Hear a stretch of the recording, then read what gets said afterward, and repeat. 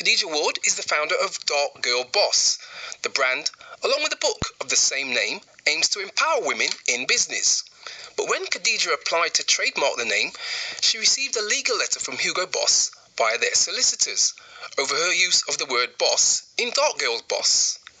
After a few weeks of waiting, Khadijah has now received her trademark in the post a few days ago. We'll hear more about this from Khadijah in a moment, but first, here's the statement in full that HUGO BOSS sent to the BBC. It reads, "The evolution of brand registrations is a common process for companies and brands, and one that takes place on a daily basis worldwide. In this case, the registration was requested for clothing and fragrances, and we believe there to be potential conflicts with our products and brand. Throughout the process, we have been in touch with the claimants to discuss the matter in person, but we have been unable to have a meaningful exchange. However, upon review, we have decided not to pursue this matter any further at this time." Well, Khadijah joins us live on the programme now. Good evening, thanks for taking time. Take us back to when you decided to start this business. You put your trademark app in to the trademark body, the IPO, the Intellectual Property Office. How did things develop from there, Khadijah? I've done a pre-launch promotion of my book. I created some t-shirts with a logo just to get some momentum going and feel for the brand, and I submitted an application to the IPO, the Intellectual Property Office, and then I received a 6-page threatening letter from HUGO BOSS's solicitors. So, what was your response? Well, I was absolutely devastated. The blood actually drained from my face. I was so shocked because I wondered what on earth HUGO BOSS would be wanting with me. I couldn't understand what they wanted.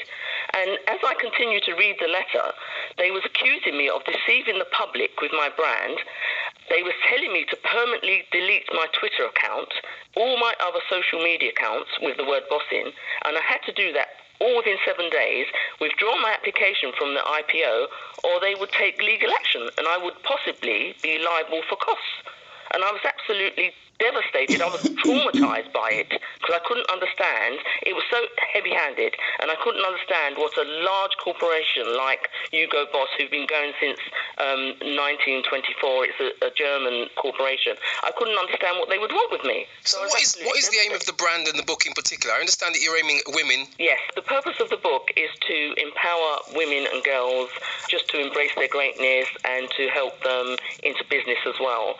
And the brand is going to be also be in cosmetics and clothing, and it's going to be across the globe as well. It's going to be like I have plans for it to be a global brand. So it's a book to empower women. That's the purpose of the book and the brand. And you yourself have written another book. Briefly, how are you connecting the dots with those two? Are there any connections at all? Well, with Black Sterling is really about economic empowerment for the community as a whole, whereas Darkgirlboss is specifically for women and girls. It's still economic empowerment, but it's specifically addressed at women and girls. All right. Well, at the end of the day, a happy outcome to the story. So this year, 2018, moving into 2019, things on the up for you? It will be on the up for me, but first of all, I should say that really it's a victory. It's a victory for me and other creative independents, and I'm really elated. But I'm also quite stunned that after all of the intimidation and bullying ruining my launch, they've now decided to back off. I mean, I'm glad that they have, but I'm surprised that they have done that. I have suffered potential losses as well because of the bullying and intimidation by HUGO BOSS. My merchandising's been put on hold. There was a loss of investors, loss of my reputation, potential publishing deals, so the entire launch has been affected by this. But I'm glad now that I can move forward and really, really promote the brand and start empowering the women and girls that I intended to do in the first place. All right, Khadijah, we'll have to leave it there, and we have to stress that the statement from HUGO BOSS says that they've decided not to pursue this matter any further at this time. But thank you very much for talking to us about the story here on the African Caribbean Experience. Thanks a lot. Thank you so much, Devon. Thank you very much.